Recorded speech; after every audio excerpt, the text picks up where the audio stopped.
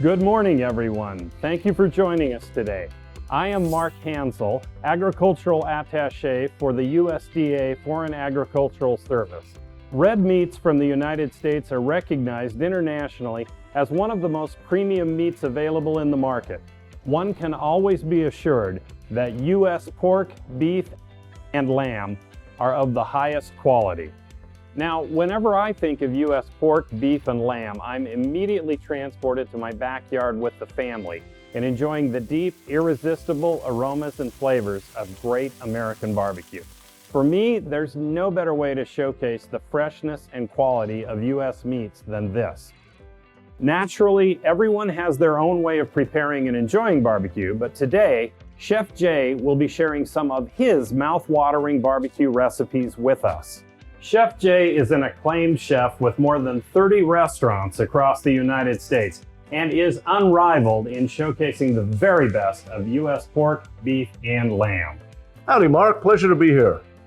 For this year's Great American Barbecue, Chef Jay will create barbecue dishes such as cider-cured pork loin with new potato salad, beef short rib, and roast leg of lamb with rosemary serrano rub and natural juice. Honestly, I'm incredibly excited to see how Chef Jay will be preparing these dishes, as well as to give the final plates a good taste. Chef Jay, could you tell us more about the recipes you'll be sharing with us here today? Absolutely. They're secrets, but for you, I'll let you in on the secret.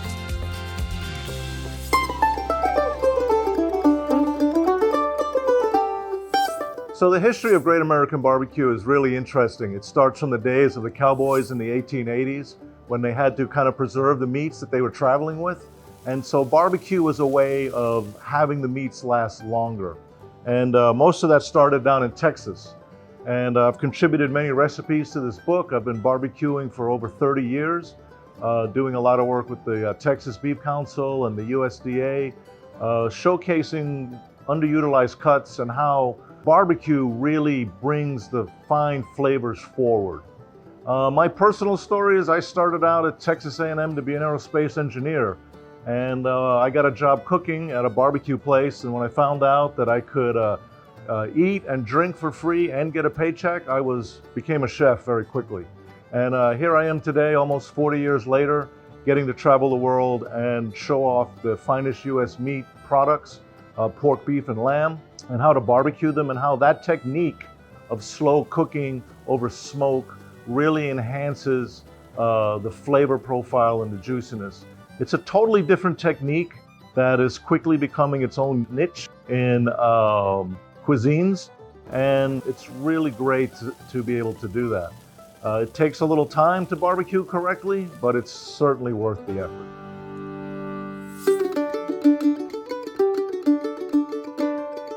The dish I'm presenting is apple cider cured pork loin with a potato salad. So the cider cure involves vinegar and green apples, which is very common in Texas. And curing the pork loin really helps increase the moisture and the flavor. So that was the first inspiration, particularly when you slow smoke it and put a little smoke flavor on top. The reason I chose this particular cut is pork is quite common to barbecue, but putting a cider cure with apples and cider vinegar really helps the flavors, and when you add smoke to it, that smoke really balances it out well. So that's why I chose it, and it's just a really good representation of the qualities of U.S. pork. My idea of this representing Great American Barbecue is that the apples and the cider cure really help the flavors on the pork, particularly when you add a little slow smoke to it. And when it all comes together, it's just a great dish. Lots of layers of flavors, showcases the quality of the U.S. pork, stays nice and juicy through the smoking process because of the apple cider cure. It's just a really different, kind of unique presentation of American barbecue. I have certainly prepared this dish several times for family and friends. It's always very popular for the family coming over. I've also done it a lot for big events because it lends itself to big production. It's easy to execute for a lot of people, but it doesn't diminish the flavor or the presentation. One of the side dishes that would pair well with the apple cider cured pork loin is a potato salad. The potato salad is inspired by a German tradition in Texas, and it works really well with the apple and cider on the cure on the pork loin. So along the lines of potato salad, any sort of salad that was involved starch of some kind, so yam or maybe pumpkin, just kind of do a slight roast on it and then toss it with red onions and olive oil and vinegar because it'll match well with the richness of the roasted pork.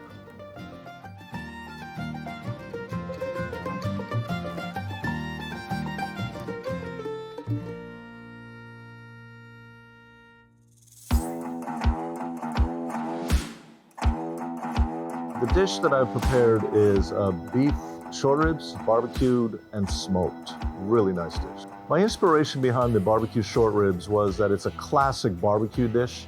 A bone-in short rib is just one of the high art of barbecue. And we put a barbecue rub on it. We smoked it on mesquite for about 5-6 hours till it got perfectly tender. And then we're serving it with a bean salad, which is just a common accompaniment for barbecue short ribs. I have some very fond memories connected with beef short ribs. I've done them for very large parties, and it's always a pleasure to see people take that first bite because when the beef short ribs are barbecued correctly and slowly, it becomes like beef butter, and it's a very unexpected, juicy, beefy taste on that first bite. I just really enjoy watching people take their first taste. This particular cut, the U.S. beef short ribs, is quite common for barbecue, and so it showcases the versatility of using a high-quality product in a barbecue scenario, and it lends itself well to barbecue. The beef flavor is quite strong, and then the barbecue flavors help enhance that beef flavor. This recipe is representative of Great American Barbecue because it's a classic barbecue dish. It has all the components of classic barbecue, great U.S. beef, mesquite smoke, barbecue seasonings and flavors, slow cooking that brings out the flavors of the beef. So it has all the components of a classic barbecue dish. I decided to serve it today with the beef salad because the U.S. beef barbecue short ribs are going to stand on their own, and it doesn't need a lot of enhancement. The bean dish is a simple creaminess that adds a sort of texture and flavor to the barbecue, but it will still allow the barbecue short rib to stand on its own merits.